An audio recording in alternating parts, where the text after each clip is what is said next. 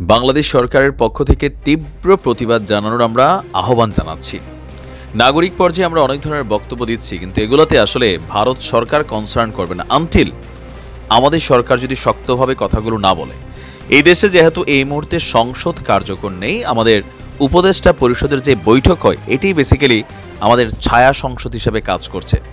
আপনি দেখেন মমতা দিদির যে বক্তব্যটা, এটা নিয়ে যখন সমালোচনা হচ্ছে, আমাদের পক্ষ থেকে নানান বক্তব্য দেওয়া হচ্ছে, ভারত আসলে আমাদেরকে বৃদ্ধাঙ্গুলি দেখাচ্ছে। কারণ তাদের দেশের পার্লামেন্টে এবার আমাদের দেশে শান্তিরক্ষী পাঠানোর জন্য ভারত সরকারের, মোদির সরকারের হস্তক্ষেপ চাওয়া হচ্ছে। যেটা দরকার ছিল বলে না, ঠিক আছে মমতা বলছে, তিনি আনঅফিসিয়ালি এই বক্তব্যটা দিয়েছিলেন একটা প্রোগ্রামে গিয়ে সাংবাদিকদের প্রশ্নের মুখে। কিন্তু একটা দেশের ন্যাশনাল পার্লামেন্টে যখন আরেকটা দেশে শান্তিরক্ষী বাহিনী পাঠানোর জন্য বক্তব্য আসে, সেটা কতটুকু ঔদ্ধত্যপূর্ণ। যদিও তারা চাইলেও কোনো লাভ নাই, কারণ শান্তিরক্ষী বা শান্তি বাহিনী তখনই আসে যখন ওই দেশের সরকার জাতিসংঘের কাছে সাহায্য চায় যে আমার দেশে শান্তিরক্ষী বাহিনী দরকার ল অ্যান্ড অর্ডার ব্যালেন্স করার জন্য। আমাদের দেশে ভারতের যে হাই কমিশনগুলো আছে, চট্টগ্রামে, ঢাকাতে কি পরিমাণ পুলিশ প্রোটেকশন, কি পরিমাণ নিরাপত্তা দেওয়া হচ্ছে, কিন্তু ভারতে বেশ কয়েকটা জায়গায় আমাদের হাই কমিশনগুলোতে আক্রমণ ঘটেছে। এখন পর্যন্ত বাংলাদেশে ভারতের কোনো জনগণের উপরে হাত তোলা হয়নি, কিন্তু ভারতে আমাদের দেশের জনগণের উপরে কিন্তু অলরেডি হাত তোলা হয়েছে। এই খেলাগুলা ভারতের বোঝা উচিত যে এটা একটা এক্সট্রিম লেভেলে তারা নিয়ে যাচ্ছে, যেটা বাংলাদেশের মানুষ পছন্দ করছে না। দর্শক, বাংলাদেশের ধর্মীয় সংখ্যালঘুদের টার্গেট করা হচ্ছে, এই দাবিতে জাতিসংঘের শান্তিরক্ষী বাহিনী পাঠানোর প্রস্তাব উঠেছে ভারতের পার্লামেন্ট লোকসভায়। গতকালকে লোকসভায় এমন প্রস্তাব উত্থাপন করেন মমতা বন্দ্যোপাধ্যায়ের রাজনৈতিক দল তৃণমূল কংগ্রেসের সংসদ সদস্য সুদীপ বন্দ্যোপাধ্যায়। অপরদিকে বিজেপির শুভেন্দু, তিনিও কিন্তু এটার পক্ষে। তিনি ভারতের কেন্দ্রীয় সরকারের প্রতি আহ্বান জানিয়ে বলছেন, সরকারের উচিত বাংলাদেশে শান্তিরক্ষী পাঠাতে জাতিসংঘের কাছে আবেদন করা। এর আগে মমতা মুখার্জি তিনি একই বক্তব্য দিয়েছিলেন। লোকসভায় বক্তৃতা দেওয়ার সময় সুদীপ বলছেন, বাংলাদেশে হিন্দু সহ সংখ্যালঘুদের নির্যাতন এবং হত্যা করা হচ্ছে। তোমার কোন আত্মীয়রে বাংলাদেশে এই মুহূর্তে হত্যা করা হয়েছে? কোথায় নির্যাতন হচ্ছে?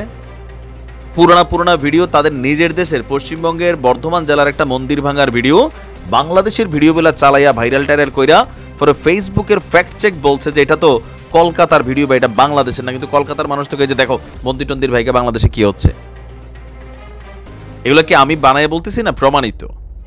তারপরে বলছে যে আপনার ভারতের উচিত এর বিরুদ্ধে পদক্ষেপ নেওয়া। বাংলাদেশ কি ভারতের জায়গির রাজ্য নাকি অঙ্গরাজ্য যে ভারত সরকার পদক্ষেপ নেবে? অবিলম্বে প্রতিবেশী দেশে শান্তিরক্ষী প্রেরণের জন্য আবেদন করতে হবে। আরো বলছে, বাংলাদেশ আমাদের প্রতিবেশী দেশ, আমাদের পশ্চিমবঙ্গ রাজ্যটিও সংযুক্ত। বাংলাদেশের নিকটবর্তী প্রতিবেশী হওয়ায় পশ্চিমবঙ্গ সেখানকার ঘটনার দ্বারা সরাসরি প্রভাবিত হয়। অতীতেও শরণার্থীদের আগমন ঘটেছে, এখন নাকি ঢল নামছে এদের দেশে। তার বক্তব্য হচ্ছে, পশ্চিমবঙ্গ সরকার একটি প্রস্তাব উত্থাপন করেছে এবং তারা এই বিষয়ে কেন্দ্রের সঙ্গে একত্রে কাজ করবে এবং কেন্দ্রের নেওয়া সিদ্ধান্তের প্রতি সমর্থন জানাবে। বাংলাদেশের বর্তমান পরিস্থিতি সম্পর্কে ভারতের অবস্থান পরিষ্কার করতে হবে এবং পররাষ্ট্রমন্ত্রী এস জয়শঙ্করেরও একটা বিবৃতি তারা দাবি করেছে। মানে এদের অ্যাক্টিভিটিস দেখে মনে হচ্ছে বাংলাদেশ ভারতের অঙ্গরাজ্য, এখানে কি ঘটবে না ঘটবে, এখানে কারা কি করবে না করবে, এটা ভারত সরকার তাদের লোকসভায় বা তাদের পার্লামেন্ট বা কংগ্রেসে বসে তারা সিদ্ধান্ত নিবে। এত সস্তা এদের অ্যাক্টিভিটিস দেখলে তো এরকমই মনে হচ্ছে। আর আমরা মাস্টার্স পাঠাচ্ছি, এগুলো সম্পর্কে আসলে রাষ্ট্রীয়ভাবে তারা তাদের পার্লামেন্টে আলোচনা করতেছে।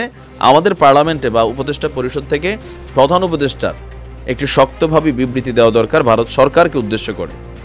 যদিও ভারতের যিনি বাংলাদেশে আছেন হাই কমিশনের প্রণয় ভার্মা, তিনি আসছিলেন, সুন্দর কথা বলে গেছেন যে একটা ইস্যুর কারণে বাংলাদেশ ভারতের মধ্যে বন্ধুত্ব নষ্ট হবে না, এটা একটা ইস্যু। আর সবাই বলছেন যেটা পলিটিক্যাল ইস্যু। ভারত এখন যা করতেছে, এ শুভেন্দু বলেন আর লোকমেন্দু বলেন, এরা হচ্ছে তাদের রাজনৈতিক যারা সাপোর্টার আছে তাদেরকে উৎসাহিত করার জন্য। যেহেতু ভারত হিন্দু সংখ্যাগরিষ্ঠ দেশ, জনগণ এটা নিয়ে কনসার্ন করতেছে তাদের মিডিয়ার কারণে, তো সেই মিডিয়ার মানুষকে দিয়ে আরেকটু যে আমাদেরকে রাষ্ট্র ক্ষমতার দরকার, এরা কিন্তু ভোটের রাজনীতি করতেছে। কিন্তু বিপরীতে দুই দেশের জনগণের মধ্যে এরা হিংসা ছড়িয়ে দিচ্ছে, একটা উগ্রতা মেন্টালিটি তৈরি করতেছে। এরা কি এটা বোঝে না? অবশ্যই বোঝে। ভারতের ভাইদের উদ্দেশ্যে বলবো, বাংলাদেশ ইস্যুতে যে কোনো নিউজ দেখলে আপনি একটু যাচাই করে দেখবেন যেটা আদৌ বাংলাদেশের ঘটনা কিনা। ভালো থাকবেন।